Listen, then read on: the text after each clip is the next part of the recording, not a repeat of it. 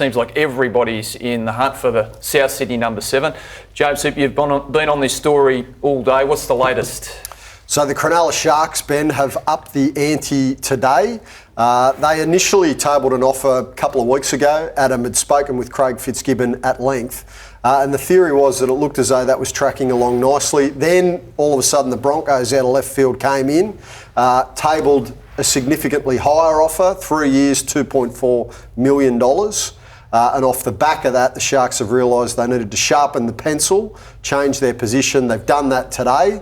And I think we may well get an answer in the next 48 hours now. So I was reading across the weekend in the Queensland papers that 4 years, $3.2 million, plus the captaincy of the Broncos was on the table for Adam Reynolds. But is that the truth of it, or is that what they were trying to get out of Brisbane? I mean, where are the Broncos at the moment? Do we know? Well, that was the story over the weekend, that they were prepared to go to 4 years. Very, very reluctantly. So, and that would have probably secured the deal. Cronulla's first offer was almost an insult. It was $150,000 less than what they paid Josh Dugan.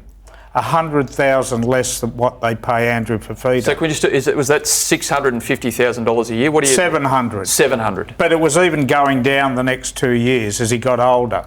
It was a foolish offer. Wasn't it 2.1 million over 3 years? No, it wasn't that much. It was going down. I reckon it would have been flat out seeing out $2 million. Okay. But as you said, they've gone back and they've re-evaluated the situation because they know how serious it is in Queensland. The other thing I was told by someone who would know at South last week was that South East Queensland's always had a bit of appeal, lifestyle-wise, for Adam Reynolds, his young family, and you know, that'll be an important thing. If I was framing a market, I'd be slightly edging the Broncos at the moment. Yeah, that certainly, Buzz, was the flavour of it over the weekend. The unknown now is this late play from the Sharks. The fact that they have realised what a key signature he is for the club. They sacked John Morris on the proviso that Craig Fitzgibbon was going to be able to attract big-name players. This is by no means any fault of Fitzgibbon's.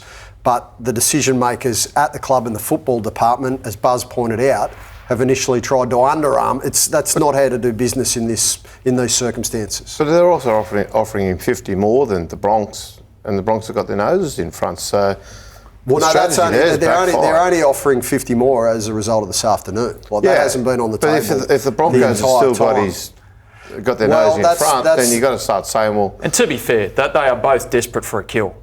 Yeah. Brisbane and Cronulla. But to your question on 4 years, Ben, this has been the sticking point. So I think the Adam Reynolds camp went back to the Broncos and said, what would you think about a fourth season? 3 were absolutely on the table. I'm not sure that they are prepared to go to that fourth But you know what, James? They should go to 4 years. They need a story on the back page of the Courier Mail and Channel 9 and every other media outlet in Brisbane to say we've finally landed a player. Yeah, but so does your job. What about the black, white and blue? Hang on, they need a positive signing as well. But if he's not going to make the 4th year, and look, I've been championing Adam Reynolds the whole way through, but if he's not going to make the 4th year, that's an expensive back page you're going to get. Yeah, but didn't South do the same thing to take Sam Burgess off the market, to take Greg Inglis off the market? You throw in an extra year, Kenty. That's what they did. Those deals and then they ended up medically retiring. They got him out of the cape.